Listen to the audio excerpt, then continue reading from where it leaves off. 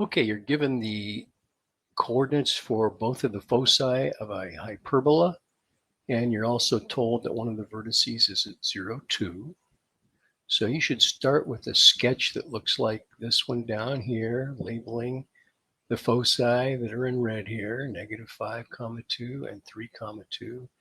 And here's the general equation of a hyperbola that it opens left and right, where HK is the center. And one of the first things you want to do when you're writing the equation of hyperbola is locate the center, because that's going to help you fill in H and K.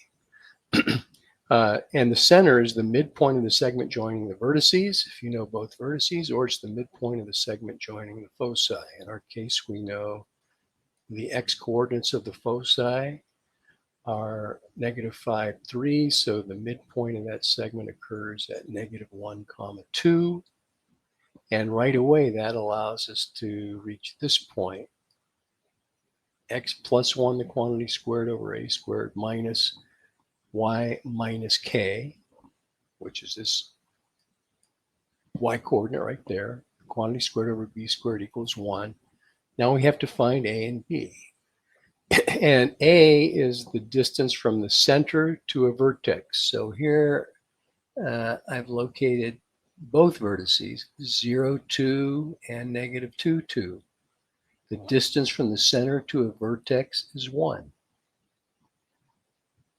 And now we can use the fact that in a hyperbola, a squared plus b squared equals c squared, where c is the distance from a center to a focus. We can use that equation to solve for b squared. There's your equation right there.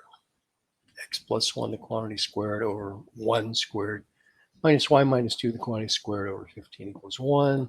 Here's what the hyperbola actually looks like. It opens pretty wide.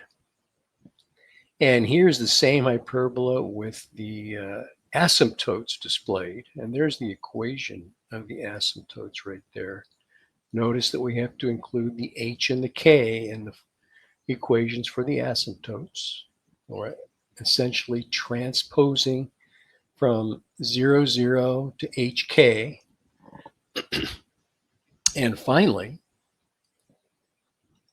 the definition of a hyperbola is that any point on the hyperbola, the distance to one of the foci minus the distance to the other foci remains constant. And that value is whatever 2 times a is. So in this case, if I move this point here along the hyperbola, the distance to the foci minus the distance to the other foci, take the absolute value, will always be 2. There you go. Hope that helped. And I will include a link to the Desmos graph where these pictures came from.